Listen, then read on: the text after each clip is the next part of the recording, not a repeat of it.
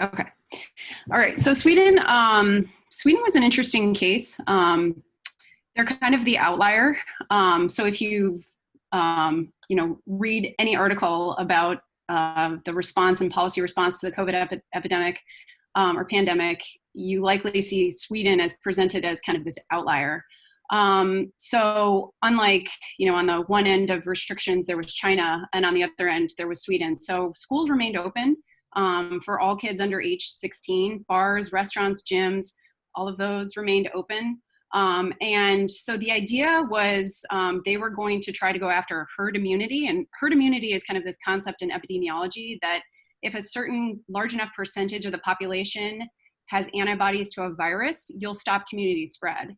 And that percentage is believed to be somewhere in the range of 40 to 60%. So Sweden, when everyone else was talking about stop the spread, they were sort of like, let it rip, and let's go for herd immunity. And the rationale behind that was, restrictions are really just a temporary stopgap, and they're very hard to maintain and enforce for long periods of time. And it was understood that a vaccine was a ways away. So they thought that this would be a better approach. So the early results looked like that strategy had backfired. So by mid-May, their death rate was 3 times higher than Denmark's and 7 times higher than Finland. So those are kind of their Scandinavian comparables.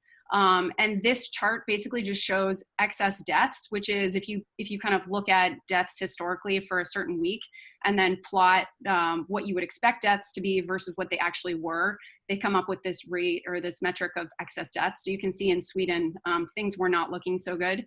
And this is just kind of another way of showing, the expected deaths on a weekly basis. But it seemed like by mid-July, things had kind of leveled out and stabilized.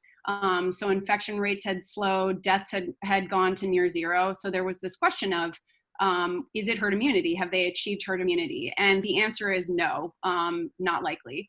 So in June, the government released a study that they had done that only about 6.8% of the population had been exposed to COVID based on some antibody testing that they had done. So that's nowhere near the levels that one would expect for herd immunity.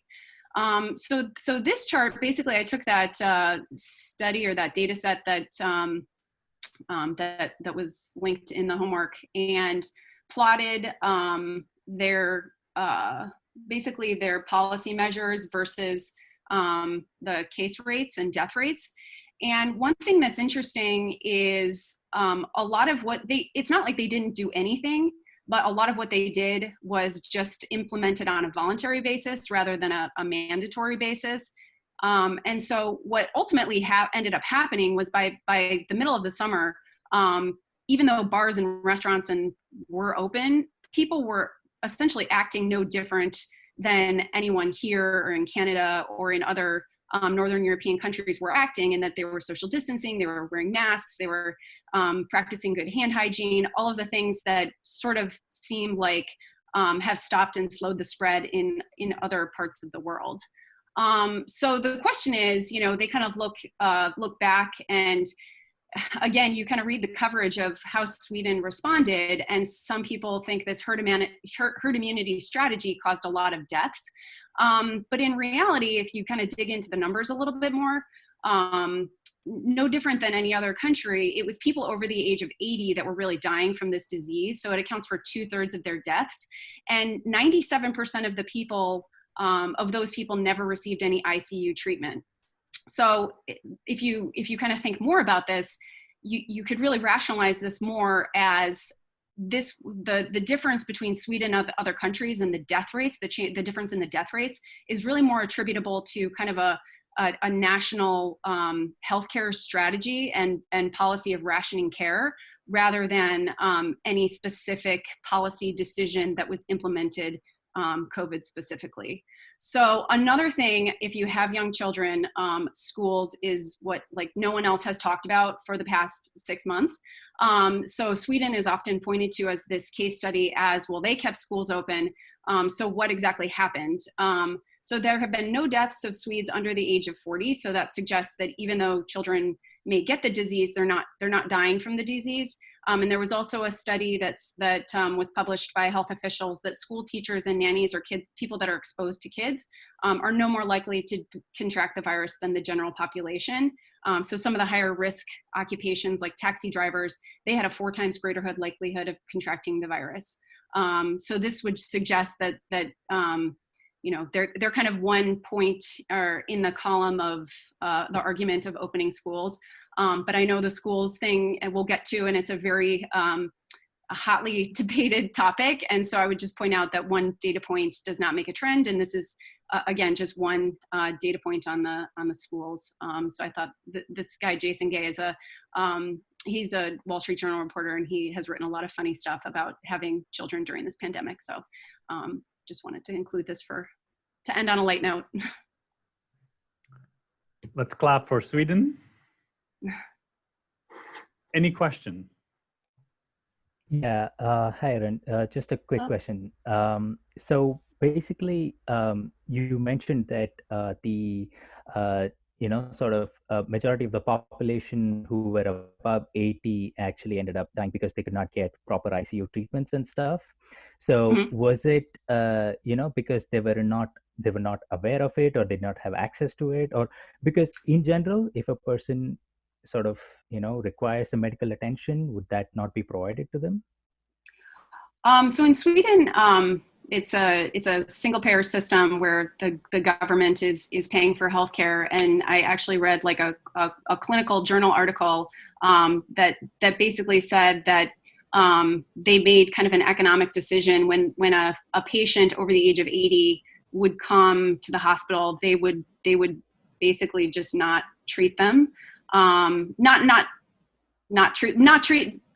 that they would not treat them, but they would not give them the level of therapy that in the early days of the pandemic, before some of the therapeutics were known and some of the other methods of treating COVID had come out, basically like ventilators. So if you were over the age of 80, they wouldn't put you on a ventilator, basically. And they kind of made that cost benefit rational decision to ration care.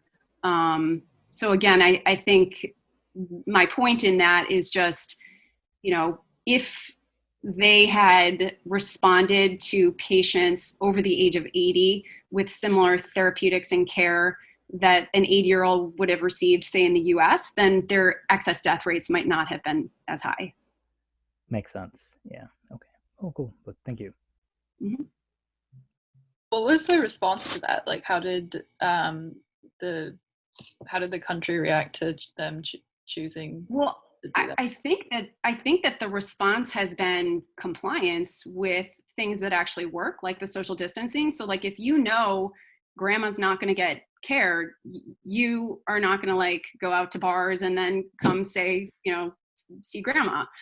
So it's actually, I mean, as I put in my summary, they've kind of been, the policy has sort of been a carrot and not a stick. Like they haven't been enforcing these things. Like they haven't been saying you can't do this, but sort of with the carrot of, know that if grandma gets it, she's not going to necessarily get the care and treatment that she would in another country. It's sort of, scared Swedes into complying with kind of the latest research on what is actually working.